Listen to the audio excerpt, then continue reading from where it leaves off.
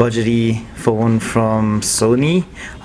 Quick round of specs: there's a 1 GHz processor, a 5 megapixel camera, Sony's XLOUD technology, and a couple other things there.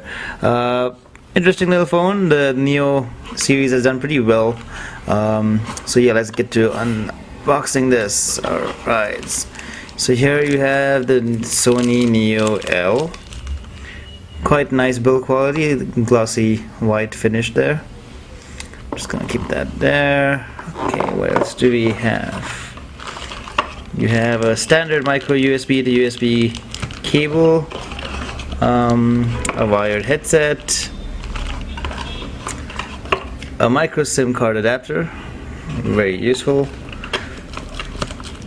and the battery, which I think is 1500 mAh, should be good enough to last a day, I assume. A charging adapter that plugs into the micro USB charger cable, and various manuals and quick start guides on how to use your Neo L. So yep, that's